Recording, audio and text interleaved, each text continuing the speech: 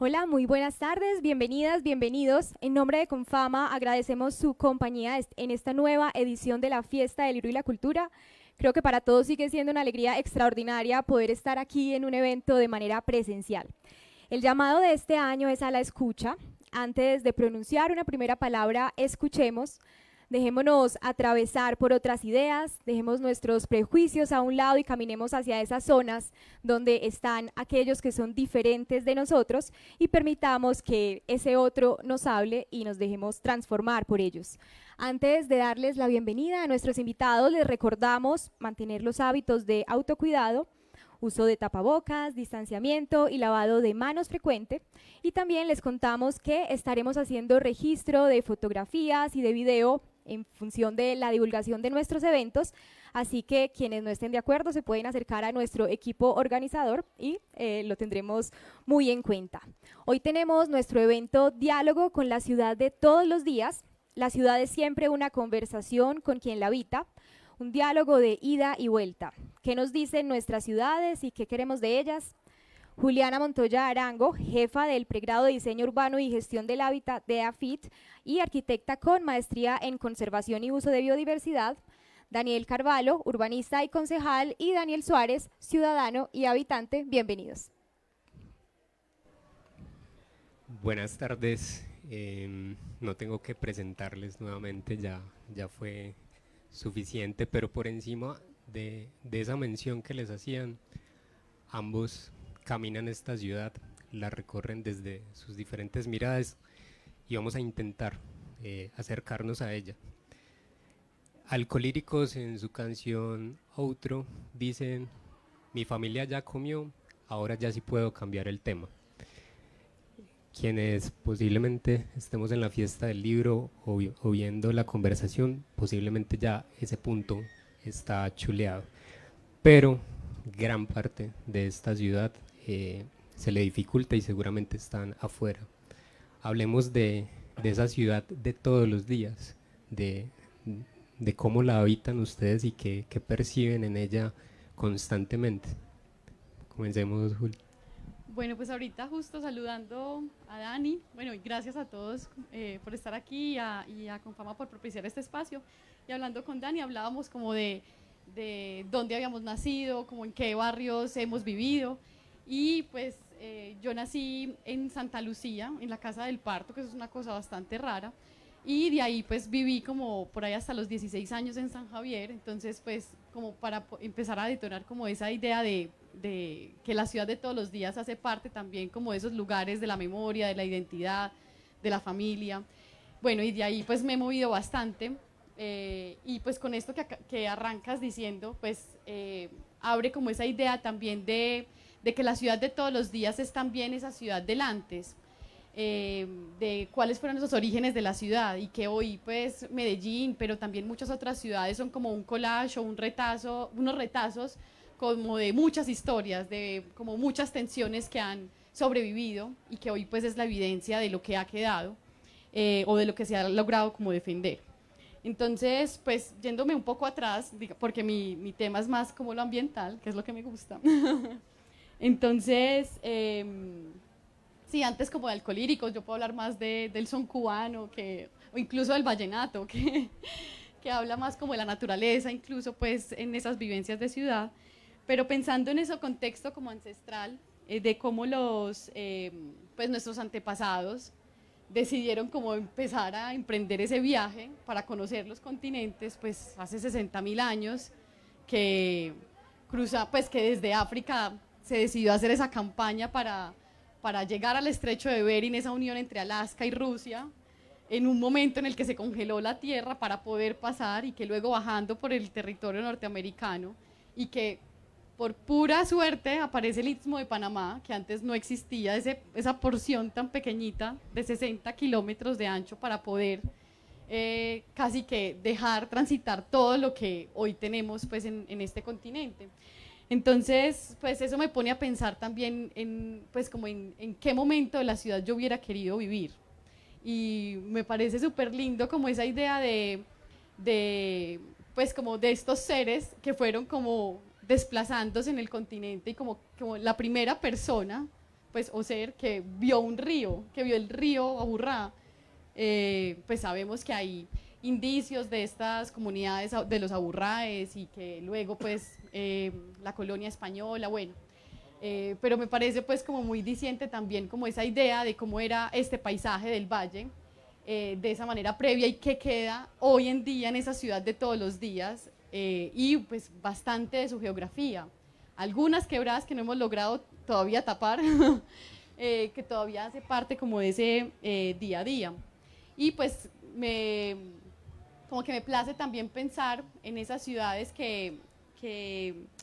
pues que básicamente es la sofisticación de lo que nuestros ancestros se soñaron, ¿cierto? Pues leyendo notas, expediciones, relatos, bitácoras de esos que pasaban por acá o de cómo eran esos modos de vida de antaño, pues solo pensar en abrir una canilla era una cosa pues ya futurista.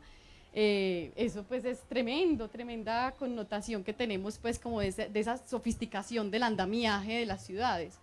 Entonces pues que ya pasemos rápido por las quebradas, y si yo les preguntara cuál es la quebrada más cercana de su casa, pues se saben el nombre. Dani, ¿te lo sabes? No, bueno, yo recuerdo la quebrada Pelahueso en San Javier, por ejemplo, pues porque era la ruta para irme a mi colegio, que pues que primero era Alcalá San Femenino, luego el Ferro Robledo, bueno, y luego ahora donde vivo, que es en Conquistadores, que es la Picacha. Entonces, bueno, ¿cómo eran las personas del pasado en relación con esas quebradas, por ejemplo? Entonces, bueno, son como un montón de reflexiones, pues como sueltas para pensar en esa sofisticación que hoy estamos viviendo, ¿cierto? Como abrir la nevera, prender el fuego, poder vivir uno encima de otro, ¿cierto? Que podamos botar la basura y ni siquiera saber hacia dónde va. Pues eso también nos ha dado como un montón de generaciones pues algo que yo llamo como amnesia ecológica generacional, y es que en este confort, en esta comodidad que son las ciudades, pues también nos ha hecho como desconectar de esos procesos ecológicos. Entonces pues el agua no viene de la llave, la fruta no viene de la nevera o del supermercado, eso tiene un contacto directo con los ecosistemas circundantes.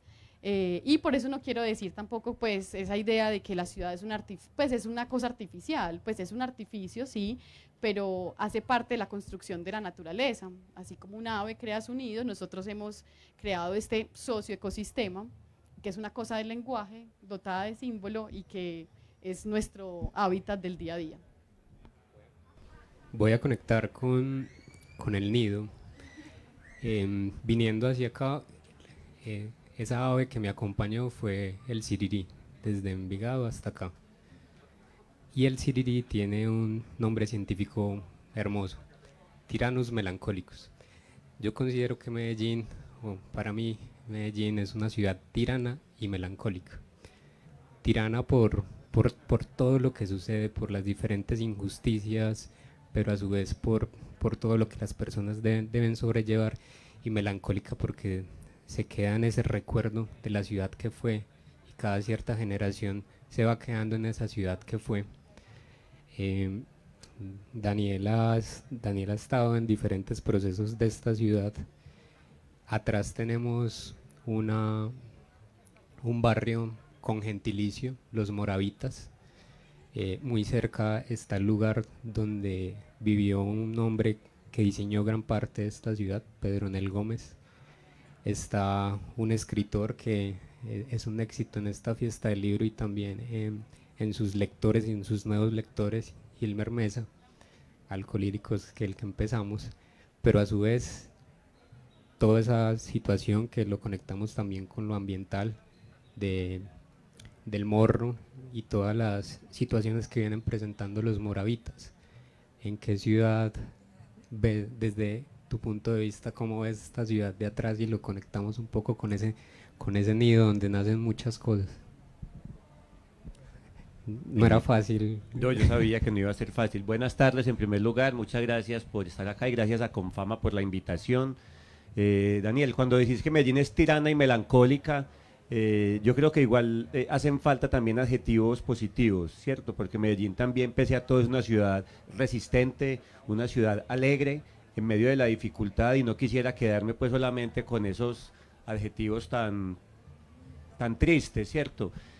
La ciudad que vemos, la ciudad que tenemos atrás a la que te refieres, es tal vez la Medellín más auténtica, ¿sí? Pues es sin duda más auténtico no sé, que Conquistadores o que el Poblado donde vivimos nosotros, pero también es esa ciudad donde mejor se expresa lo positivo, que es de lo que yo quiero hablar, ¿sí? No quiero quedarme hablando de la tiranía. ¿Y en qué se expresa eso? En los procesos sociales que hemos visto en Moravia.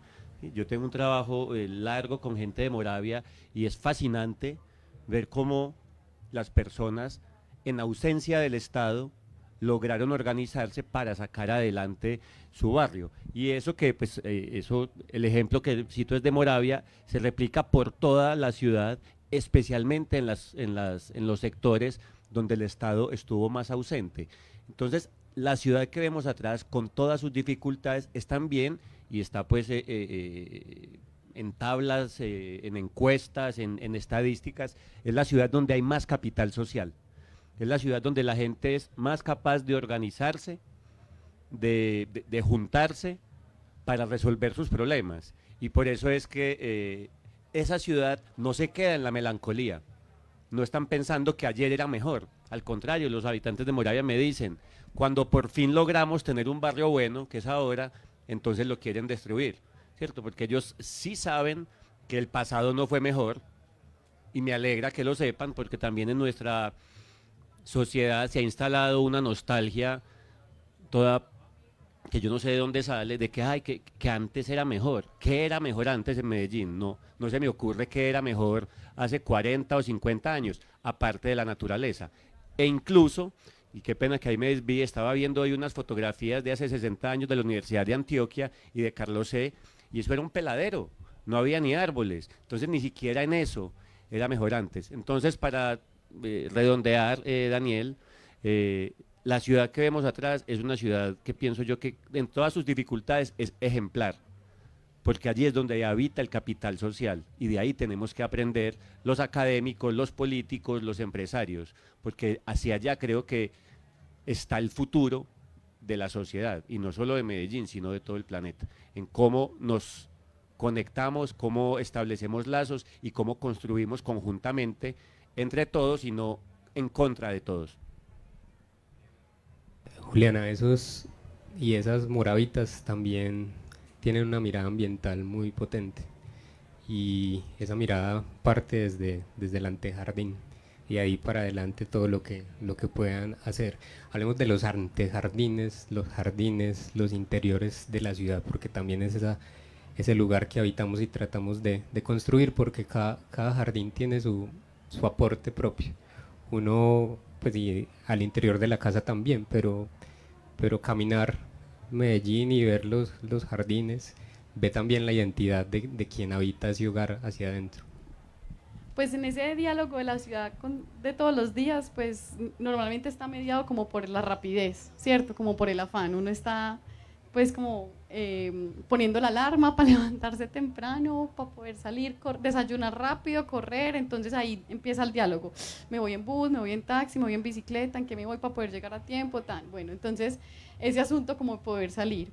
Y pues si fuéramos como conscientes también como de la maravilla que es la lentitud, de qué bueno poder salir sin tener tanto afán y poder disfrutar no el destino que es el final, sino que el camino es el mismo viaje, están los antejardines, y ese ha sido pues como una de mis amores tóxicos. Y es que no soy capaz de no ver un antejardín en la ciudad. Y sea donde uno sea que camine, eso sí, lo bueno es andar despacito, con tiempo. Uno encuentra unos niveles de apropiación social de la naturaleza enormes, enormes. Entonces, y eso está mediado también pues como ese terruño, esa porción de espacio que no es ni lo privado ni lo público, es como lo doméstico ante los infortunios de la calle, hace parte como de también la historia de la ciudad. ¿cierto? Pues el campo viniendo a la ciudad porque hay unas oportunidades, pero al mismo tiempo la ciudad con ese crecimiento poblacional exige una expansión urbana. Yo creo que todos hemos escuchado, sea a nuestros papás, a nuestros abuelos, esa idea de, no, esto aquí eran mangas. Eso pasa mucho, incluso a mí ya me está tocando, ya me pasa. Y pues claro, siempre existe como esa nostalgia por lo que es la ruralidad, por lo que es el campo, y pues ahí yo encuentro pues como una motivación gigante para conectar con las personas, ¿cierto? No solamente como ese jardín que puede ser de comer o para traer a polinizadores, a otras especies, sino también lo que significa cuidar un jardín. Entonces, bueno, con unos amigos, en el 2018 hicimos un proyecto ante Jardines de Medellín y nos fuimos por las 6 zonas de la ciudad haciendo una deriva, es decir, dejándonos perder, cuando uno tiene oportunidad de dejarse perder en la ciudad, cuando es o turista, pues está de viaje, o cuando pues tiene tiempo para parchar, pero muy pocas veces uno deja como que disfrutar la perdida en la ciudad. Y ahí uno encuentra unas cosas increíbles, ¿cierto? Pues altares de vírgenes en donde deciden hacerles un antejardín, o utilizar, no sé, esa idea como de la balaustrada, que son estas columnas. Entonces en unos barrios lo que se hace son los tarros de aceite llenos de concreto y los ponen como si fueran balaustradas. Entonces todo lo que significa llevar de la casa hacia afuera a través del jardín genera pues como un nivel de apropiación gigante. Y en términos de biodiversidad, pues como para hablar pues también en esa connotación ambiental de la ciudad, existen como un montón de espacios donde permite que exista lo verde, que exista las otras formas de vida. Entonces, desde los campos agrícolas, o sea, yéndonos desde lo más lejano, campos agrícolas, reservas forestales, hay humedales, hay quebradas, y cada vez más llegando aquí, los cementerios, lotes baldíos, las quebradas, los cerros, los parques metropolitanos, los parques de bolsillo, hasta llegar a la escala que a mí más me interesa, y es la ciudadanía empoderándose de la construcción de su territorio. Eso que decía Dani ahorita, pues por ejemplo, de Moravia, bueno, cuando la sociedad supera al Estado, pues uno mismo tiene que gestionar su territorio.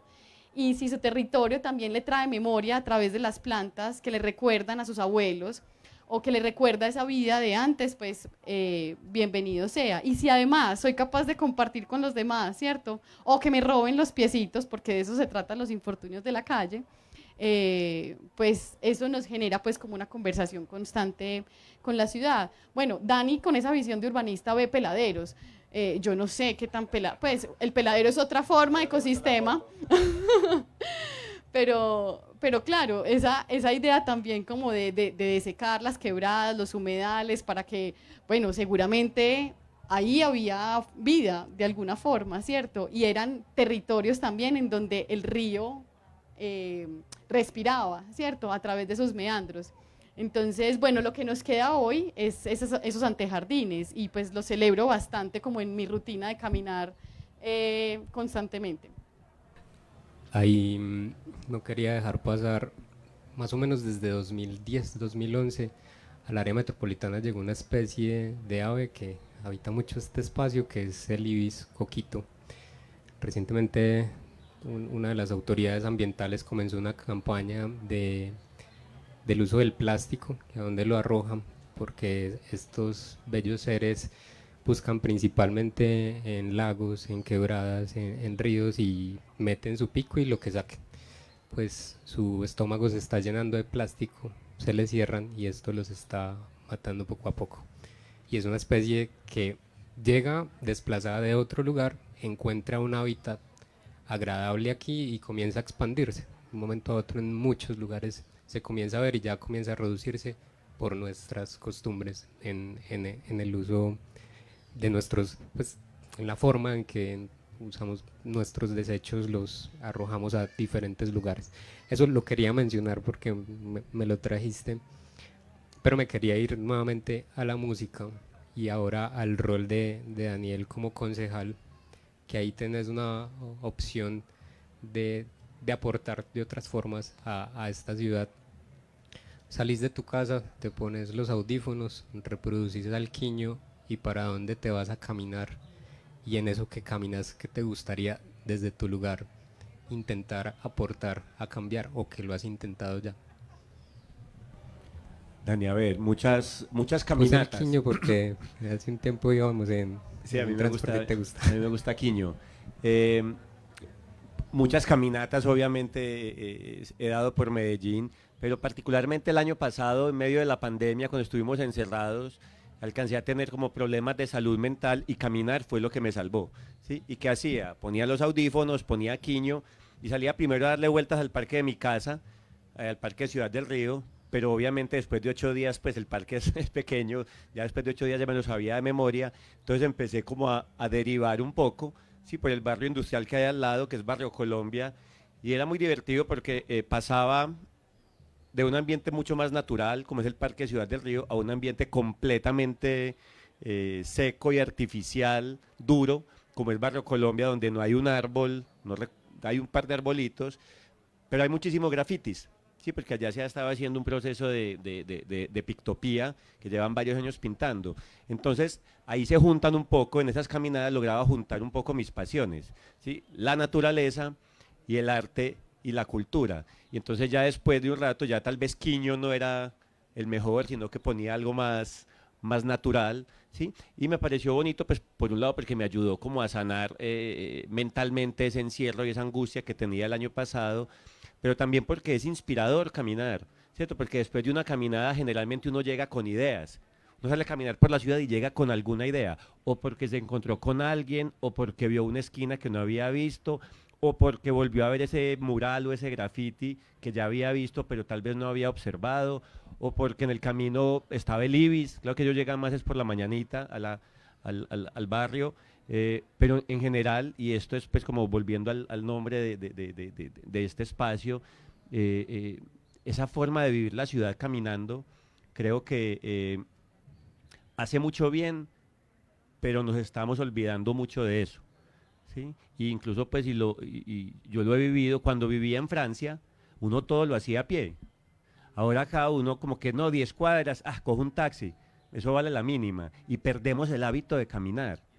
Y es difícil caminar porque la ciudad no está dada para caminar, pero lo que voy es que al perder el hábito de caminar nos estamos perdiendo de esas inspiraciones, ¿cierto? De esa lectura diferente que nos da la ciudad y que le permitían a uno llegar a la casa como recargado. Yo llegaba mamado a dormir porque caminaba 2, 3 horas hasta las 11 de la noche, pero llegaba súper inspirado y hoy se acuerda uno de un poema, entonces llegaba muchas veces o a escuchar más música o a leer.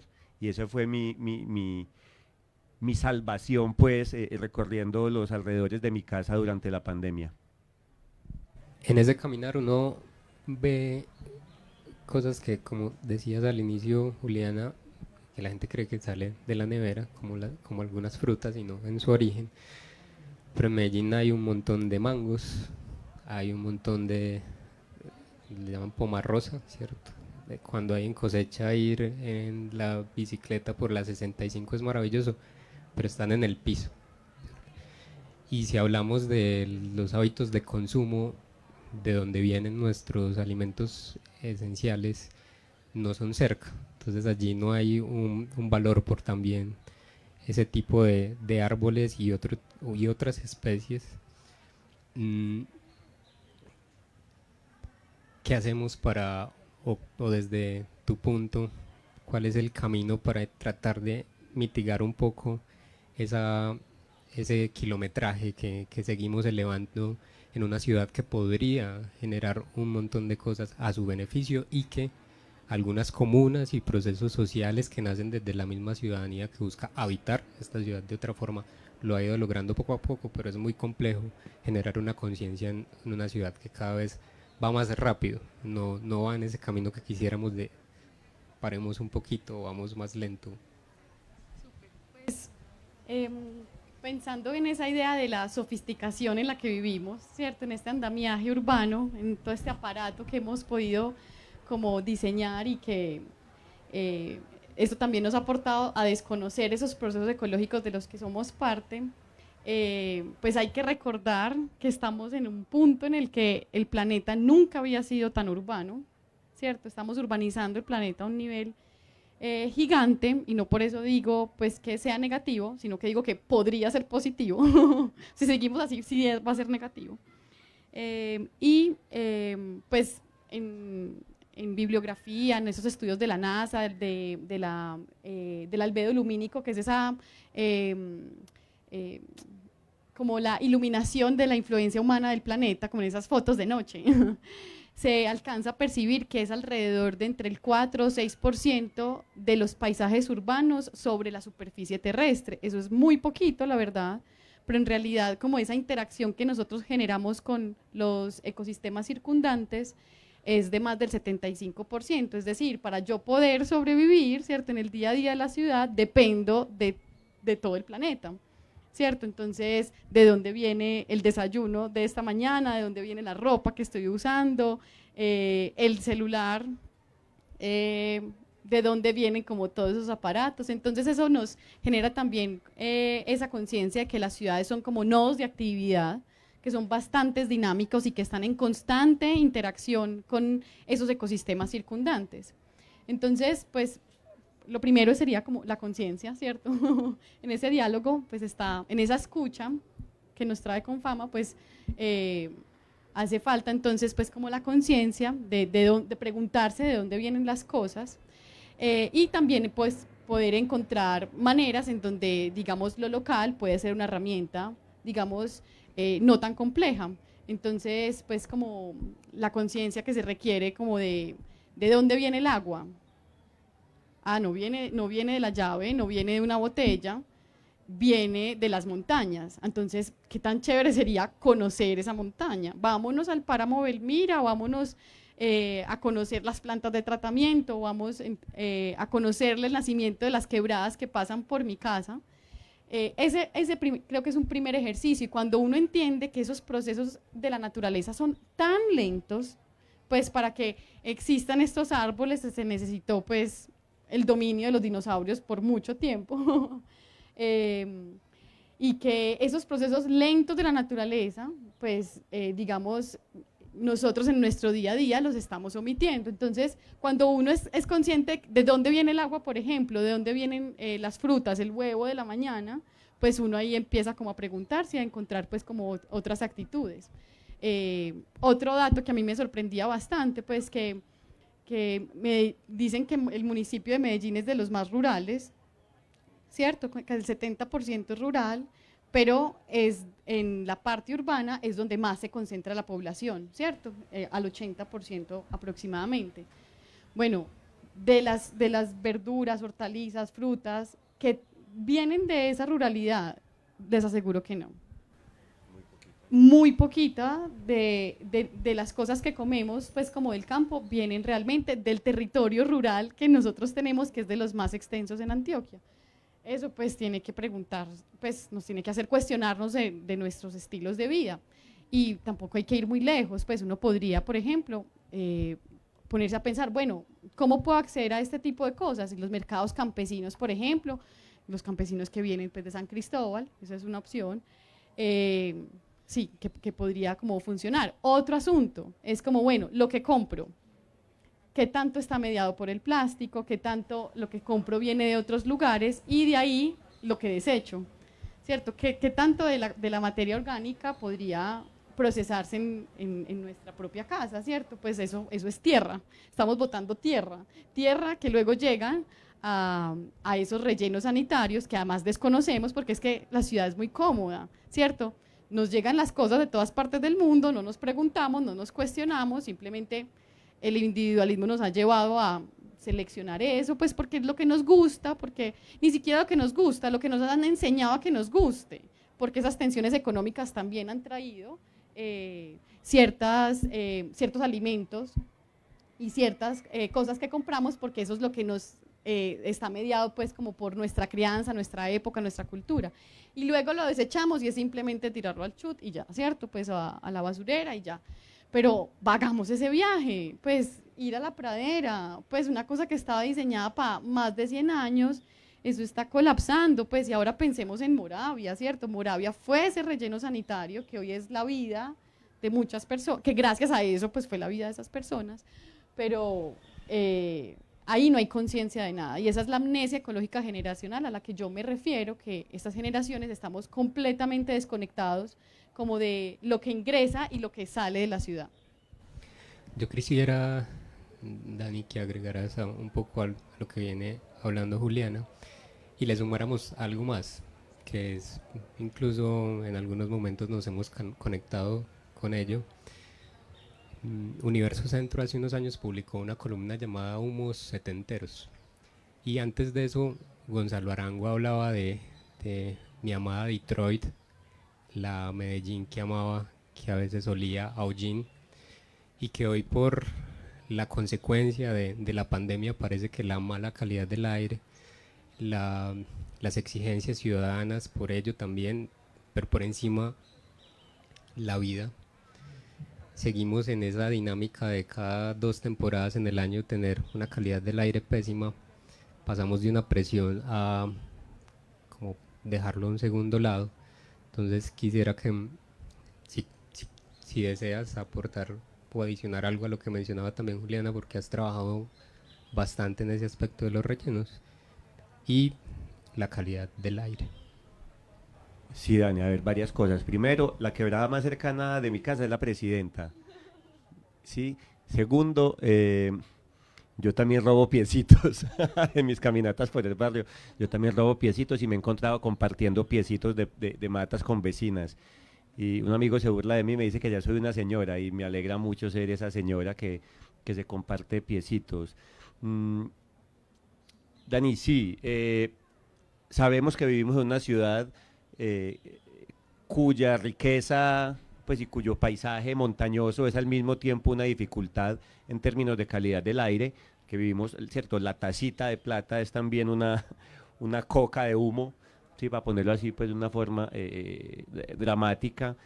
Y de lo que decías, mencionaste algo, y es que los ciudadanos nos hemos relajado con el tema, ¿cierto? Y a mí me parece muy preocupante que la pandemia y los efectos más bien sociales y económicos de la pandemia nos hayan hecho despriorizar lo ambiental, ¿sí?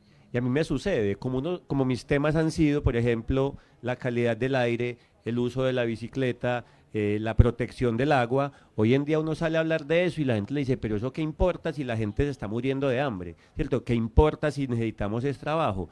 Y yo entiendo la urgencia, pero no por eso podemos olvidar lo importante, ¿cierto? Y lo importante es que si seguimos acabando con la ciudad, si el aire es irrespirable, si el planeta es invivible, pues no va a haber ni trabajo, ni estudio, ni comida, ni nada. Entonces me ha puesto a mí en esa dificultad de cómo explicar en un momento de urgencias sociales esas otras cosas importantes, que es lo que hemos trabajado, y vos, y tú, y yo, ¿cierto? Desde hace mucho, y es en esas otras cosas que no generan plata, que no generan tal vez empleo inmediato, pero que sí generan calidad de vida. Y creo, Daniel, y están todos los ciudadanos, nos hemos relajado con esos temas, ¿cierto? Yo creo que a todos la pandemia nos cayó, ¿sí? En el sentido de callar, sí, nos cayó con doble L.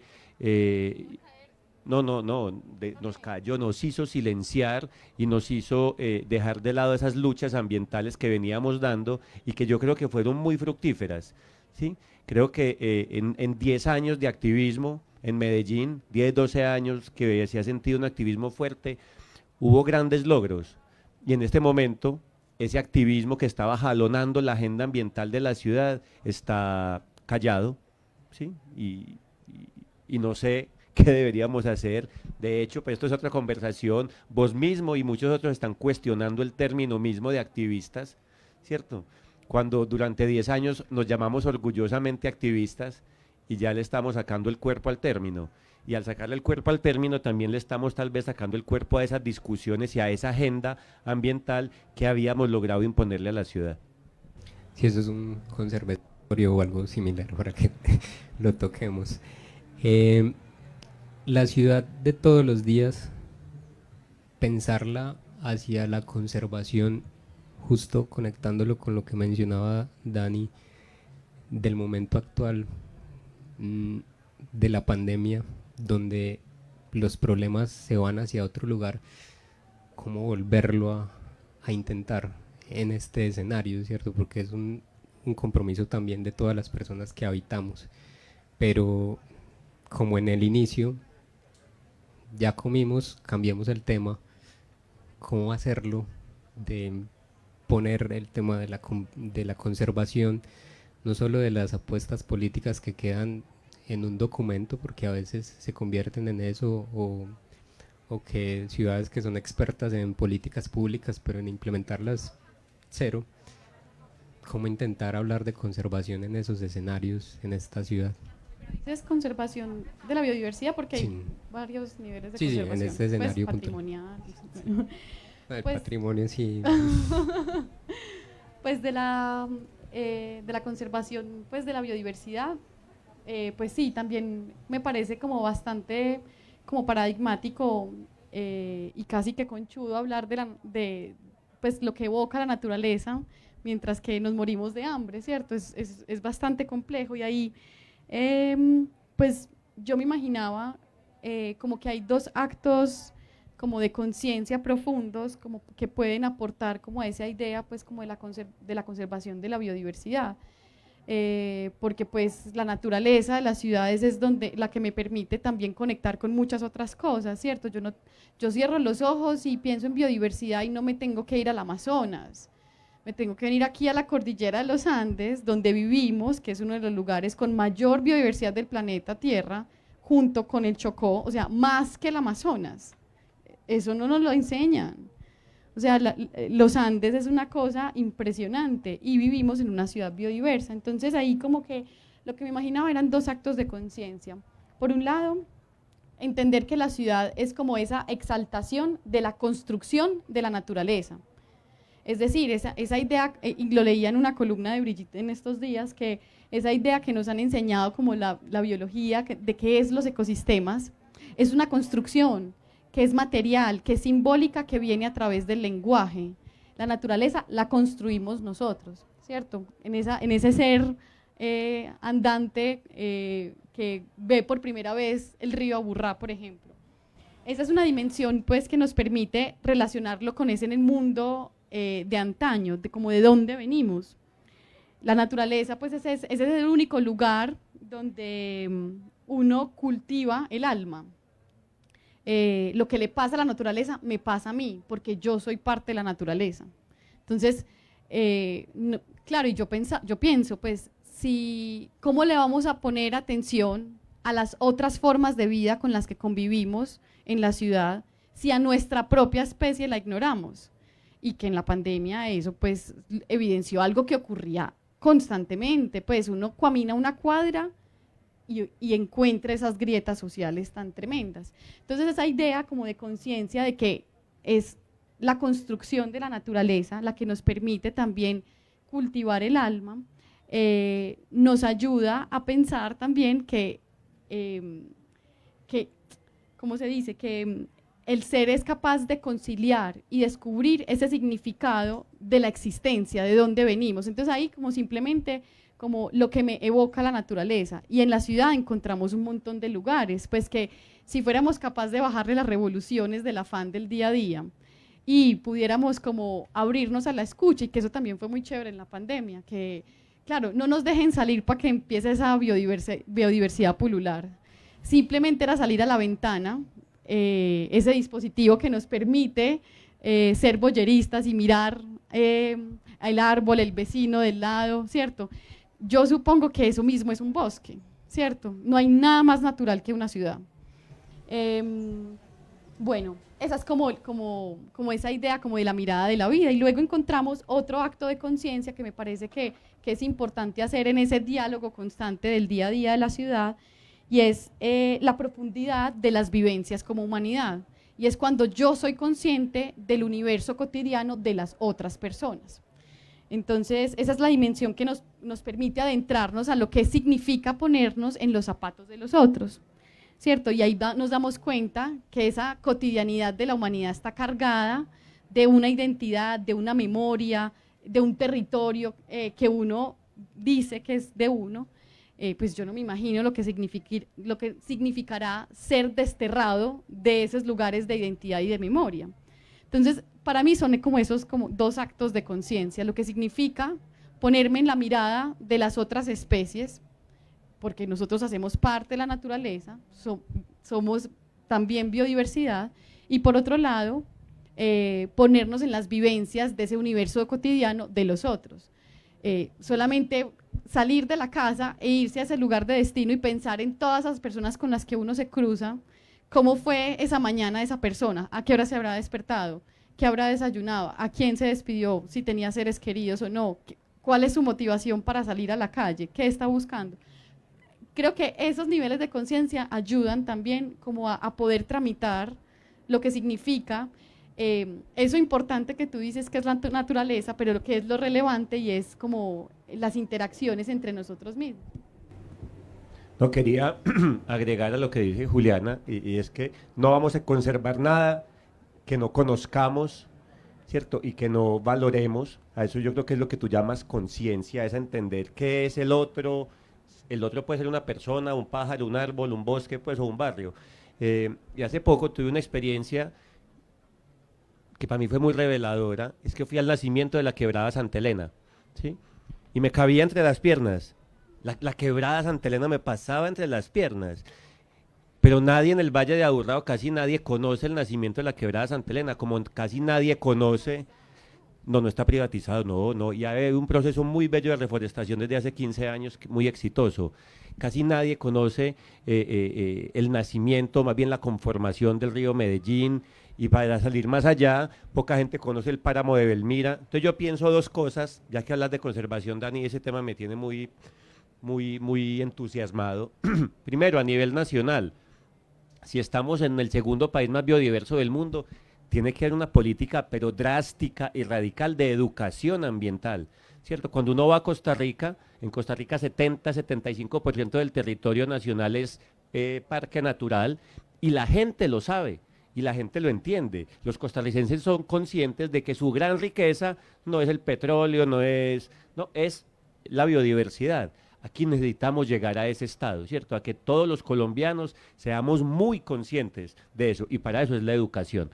Muy bacano que uno les enseñen en la casa, los abuelitos, los papás, pero para eso es el sistema educativo. Y segundo, y ya hablo de nuestro departamento, nuestra ciudad, en ninguna parte encuentra uno tanto orgullo de su territorio como en Antioquia y como en Medellín, ¿cierto?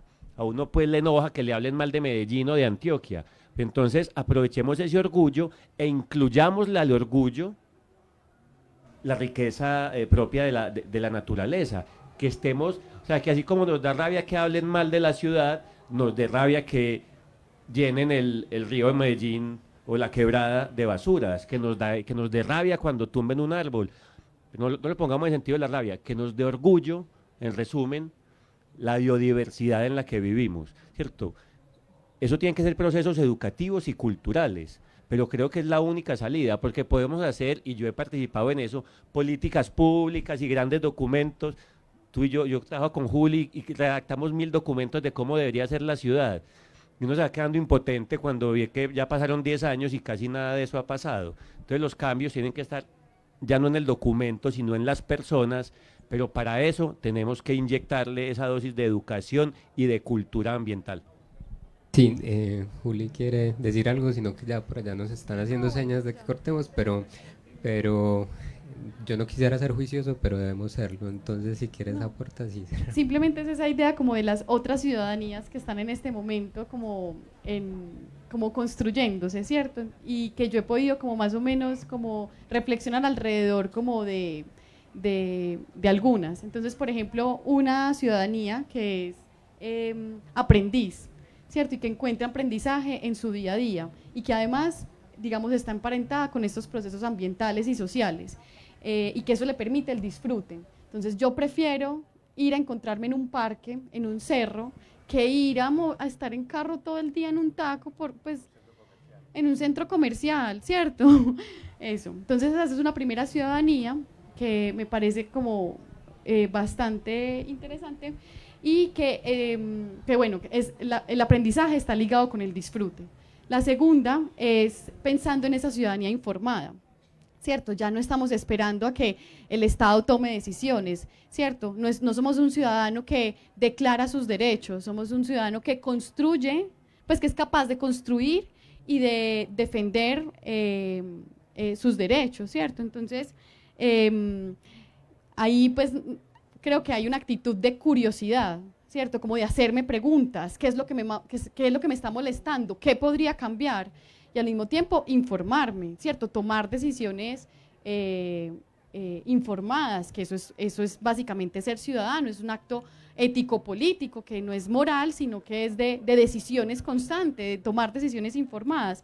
Y la última, que es, entre esas prácticas cotidianas de la ciudadanía, hace que emerja ese ciudadano en defensa de lo que él cree, de lo que es su territorio. Entonces, ahí me parece chévere también como que la respuesta debería estar en cada uno de nosotros, pues qué es lo que nos mueve en esos asuntos de la crianza, de la época y de la cultura de lo que somos, qué es lo que me identifica, lo que me genera memoria y territorio para yo poderlo gestionar y construir y no esperar a que un centro comercial, a que un Estado defina lo que soy yo, ¿cierto?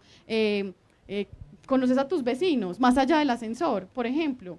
Ese tejido social que hablabas de Moravia debería ser el tejido social de nuestro día a día. ¿Qué tantas cosas podríamos generar de interacción cotidiana con nuestros vecinos en nuestra cuadra, en nuestro barrio? Punto. Gracias Juliana, gracias Daniel, gracias a quienes nos acompañaron.